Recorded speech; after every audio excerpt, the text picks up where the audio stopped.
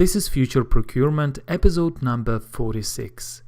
Today is the very first episode of our new series called Best Practice.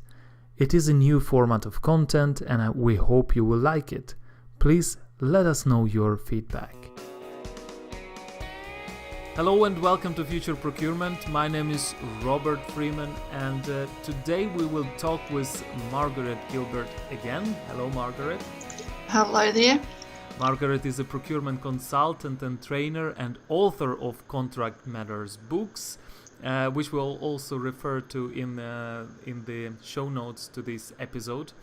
And after our last discussion with Margaret, we have decided to start a special series of interviews or these podcast episodes where we elaborate a little bit more about the best practice in procurement.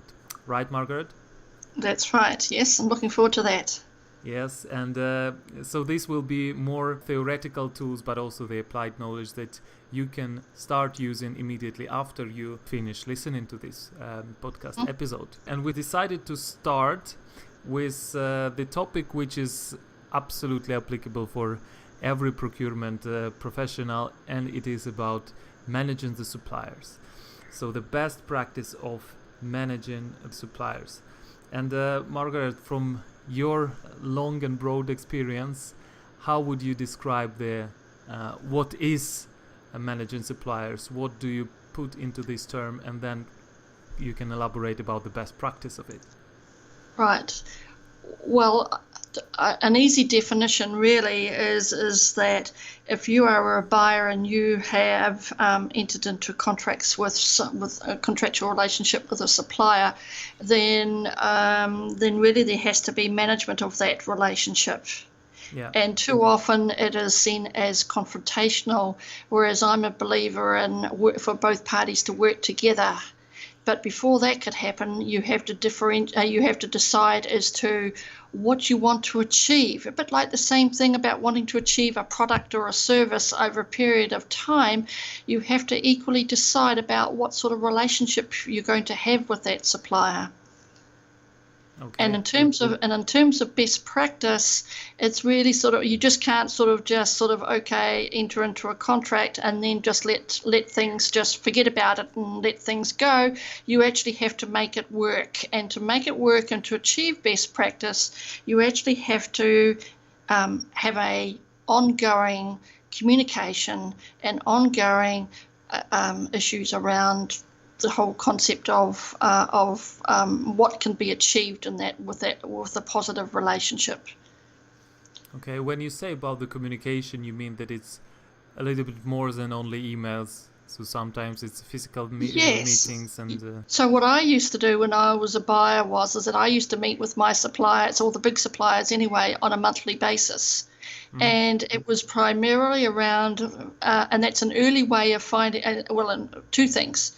It's a way of establishing or continuing with the relationship and improving the relationship, okay. But it's also another way, and another was to be aware of any issues that might be arising, and so to be able to solve them early rather than finding out about them later when the problem then became much bigger.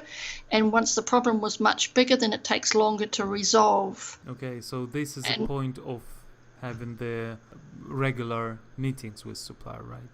Yes, as I said, on a monthly basis, and that way, if the relationship becomes quite a positive one, is that then the supplier will pick up the phone and talk to you if they know that there's a problem, rather than just not communicating it at all. So you have to work on the relationship. It just isn't going to happen just like that. Yeah, both parties have to work at it. Okay. And I think that's more of a Southern Hemisphere thing than a Northern Hemisphere thing, to be honest with you. So what you say, Margaret, is, or your advice here is to be more open in relationship with suppliers and ask them to be more open rather than trying to hide the information or trying to protect the information and and also protect yourself from communicating. So you are a believer in being more open. I'm a believer in communicating. I'm a believer in involving the other side into the decisions and into what you're wanting to achieve, because the other party, in this case the supplier, might well have done something similar somewhere else, and that you can tap into that expertise and knowledge and make your life easier.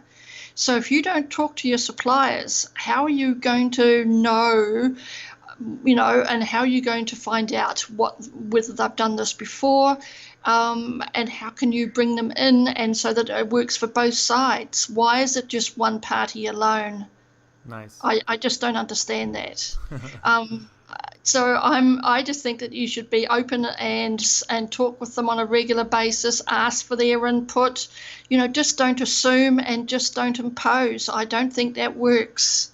It's very good advice. And also from me, a little bit of, in addition to what you said, is that we can purchase many things or services or products. We have a wide portfolio of the things, and very seldomly we are the experts in the things we are purchasing from one particular supplier. But from the perspective of this supplier, they are normally much more knowledgeable and experienced in this particular product or service. That's right. Exactly what you said, when coming to them physically, you can become so much more knowledgeable about the product itself, but also about the opportunities that you can get on the market, taken from the other players, for example, or just use their experience and expertise on this particular product or service. You can do that by way of what, and the official term, of course, as you know, is sort of like market engagement. And that's really just fancy words for having a conversation with a supplier. Nice. And what happened here in this part of the world about 15 years ago is that it wasn't no longer encouraged to talk to suppliers, because it's got to keep this arm's length, got to sort of got to be careful, blah blah blah. But I think that has been to the detriment of procurement, and it's been just recently, and I'm probably saying recently meaning the last year or so, that has been encouraged again to go back to talk with suppliers. And I think that's a very good thing. Good. So advice number 1, talk to supplier, communicate. You can still keep control over the situation, even if you, even with talking with suppliers. It's not like you're giving over control or anything. In fact, you're making your life easier by actually bringing them in and getting their advice and all the rest of it. Because you might have what you think is a fantastic idea, but if you don't get the the expert opinion, it might not be a fantastic idea at all. Nice. So you can save yourself some time and effort by actually asking the expert, really, and getting the advice and sort of saying, yes, this can be done, or yes, it can be done, but do it this way and you'll get better result. Now moving to the next topic of reporting. And what are your advice and what is the best practice that you have about suppliers reporting to you? My best concept about a best practice for reporting is that you actually need to put into the contract the sort of reports that you require from your supplier. And often it doesn't happen. It's almost like the buyer expects the supplier to mind read and to assume they know what they're asking for. Now, most of us can't mind read, even though that would be a very helpful task to have. But so the reality is that we really need to put into the contract itself the reporting requirements and the time frame that you require it in and the format that you require it in. And I'll give you an example. Whether it's a formal report, whether it's just an email, whether it is going to be weekly, fortnightly, monthly, quarterly, and what you'd like to see in the reports. And that allows the supplier then to provide the reports to the buyer in the style that they want. On a regular basis, right? On a regular basis, yes. And then how often can it be? Well, it depends on how often you want it. If you want a weekly report, then ask for a weekly report. Okay. If you want a quarterly report, ask for a quarterly report. And then, of course, it can differ for different kind of supplier, right? And Yes. then also you can, as you said, you can define the different kind of reporting tool or the outlook of how this report should look like, and also the frequency of how often should you receive it. Correct. Okay, nice. And very good advice. Put it into the contract. Put it as a precondition from the very beginning. Yeah. Well, the contract is the defining document of the contractual obligations between both parties. Excuse my language here, but and so therefore the contract should have a clause about reporting. And I've assumed that has always sort of been the case, but from what you've just said, obviously not. But it just seems to make it easier if you're clear about what it is that you want, rather than being vague and then the poor supplier not knowing what they're supposed to provide. And then when it comes from the information that should go from us, from the buyers, from the procurement or purchasing department, what should it be, and how do you advise on this information flow? Well, the other side of reporting, really, from the buyer side of things, is that if the supplier is actually putting in the effort to provide you with the reports that you have asked for, then it only makes sense that when you receive it, that you actually read it and pay attention to what's being given to you. Too often I hear that, they just get filed and don't get read and don't get paid attention to. But those reports can be very useful if you only paid attention to them, because that's can be an early warning system to find out that there could be some issues that you didn't know about, but they're trying to tell you. But if you're not going to bother to take the time to read it and find out and pay attention to what they're telling you, then that is very short-sighted, I have to say, from the buyer side of the fence. Best practices is take the time to actually read those reports and take note. And if there's something that is the buyer side is doing that is stopping the supplier from doing what they need to do, then the procurement person can actually take some action and then free it up. So that means that the performance that we'll talk about a little bit later, I'm sure, the performance from the supplier can occur quite easily. Nice. Very good advice. And with this being said, let's move into the performance meetings. What are your advice on this one? Well, the contract itself should actually sort of say that there are going to be 2 performance meetings a year, let's say, or however many you would like there to be. And let's just pluck a couple of months out of the year here. Let's just assume every April and every August there's going to be a performance meeting. So it is clear for both sides as to when those performance meetings are going to be.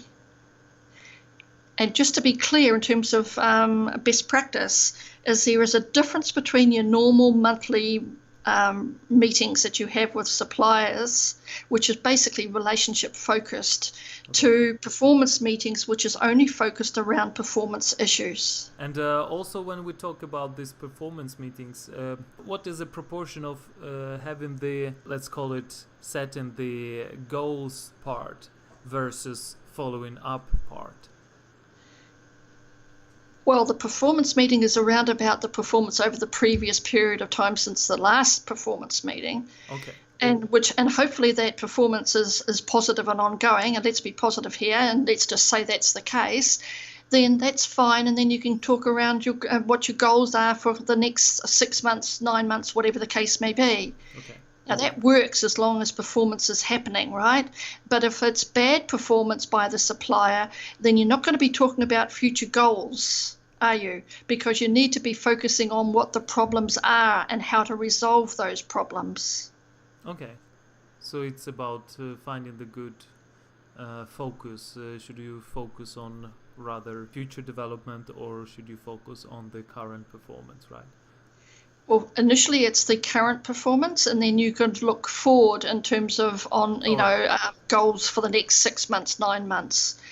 But if the relationship has been, if the performance has been poor for the previous period of time, then you've got to work through why is that the case. Why is there being poor performance? Exactly. Because all too often, the whole concept about best practice in terms of poor performance does not get addressed because people don't like to confront, if that's the right word, the supplier and say, hey, you're not performing the way that you're supposed to. And so it gets left, right? And that's not a good thing. Yeah. So it's better to deal with the poor issues and get it on track again than it is to let it continue and not manage the issues of poor performance. And this leads us to the next point, Margaret, from the list that you shared. It was about being solution focused, right? So it's not only looking into the problem itself, but also to thinking about how to get back on track in the reasonable time. That's right. The concept around the whole poor performance thing is this. It's a bit different. It's almost there are similarities in terms of what happens if occurs in employment contracts type stuff, right? So there's the concept about notifying. There's a concept about verbal warnings, if that's the right word. And that's the word that gets used in my neck of the woods anyway. And so let's just say 2 verbal warnings. And then after that, there becomes written warnings, and it's called a time to fix, as in a time for the supplier to fix the issues, and then to have a further meeting to get together to talk about whether in fact the problem is fixed, or if it's not, what is the next step after that. This is a very practical advice that every of our listeners, you can start using it immediately after this podcast if you listen. Yes. Really, you've just got to be clear about when the performance meetings are. You need to pay attention to the contract to see whether, in fact, the performance is happening. You need to document the issues, because if you're going to call a performance meeting, and if it's serious enough, you should call it earlier than the ones that are outlined in the contract.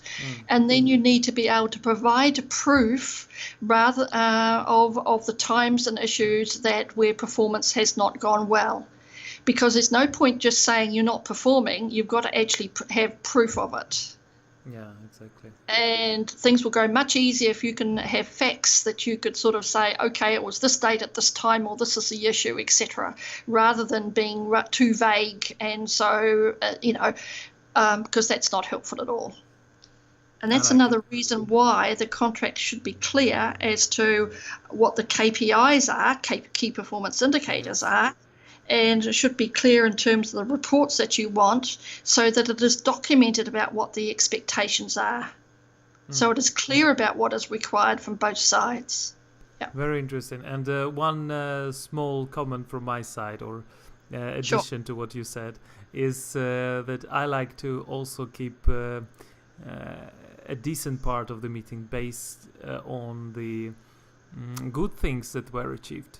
And trying to lift up the morale, if you say like this, for supplier also. So, for example, if some of the areas are completely bad, but some particular areas they have done a very good progress, then also spend a decent amount of time on saying what they have done good, just to emphasize that.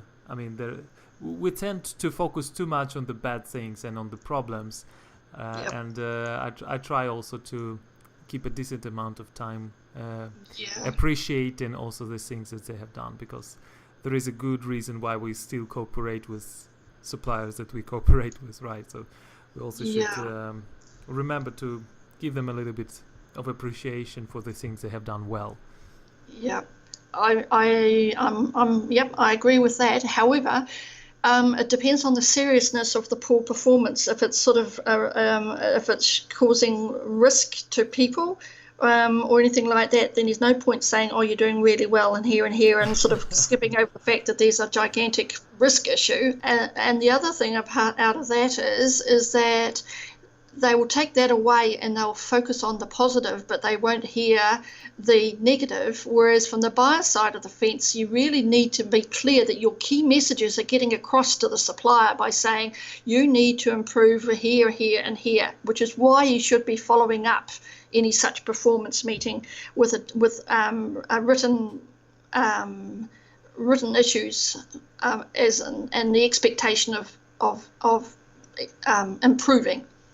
Nice comment. But don't get me wrong, I'm a great believer in being positive too, but you are. It all depends what the issue is, of course. Great. And then one more point before we sum it up is about the regular discussions and also the discussions about where we say our interest. Can you elaborate on that, Margaret? Yeah, well, the note here that I wrote in terms of like regular discussions and being solutions focused, that goes back to what I originally said at the start of this podcast, was along the lines that if you include suppliers into your thinking and involve them, then and ask them for solutions to the problem or the issue, then you can achieve what you're trying to do, because you are getting the solutions from them, from suppliers who might have more expertise than you do. So that can occur better when you, after having regular conversations and regular input and asking for input and consulting with, not consulting at, because consulting at is really talking at suppliers, whereas consulting with is involving them. Very good. And I think we need to involve them rather than not. Yeah, this is connected to the topic we said just before. Yes, using their experience and being more open, right? Yeah, and I think if we're really sort of open enough, and I believe that we do need to be open when talking with suppliers, rather than being closed and only providing a little bit of information. Which, you know, if you only provided all the relevant information, they could solve some of your problem for you. And that's sort of, you know, if we're clear about saying we are interested in achieving A, B, and C. Yeah. You know, then and being open, and suppliers are, from what my understanding is, that they're only too keen to be able to assist. So don't forget to say what you are interested in when talking to suppliers, right? This is advice you give. Yeah. I mean, otherwise, how can you communicate and how can you get across what you're wanting if you're not going to talk to them? Exactly. Very nice. So how do you know? So the next point is how do you know when you've achieved what you want to achieve? Right. And that is that there's clarity around the relationship. So you know what's occurring.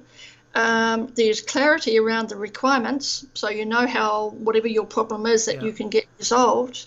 And this is not only requirements on the product or service, but also on the performance, what you said, on the... That's it.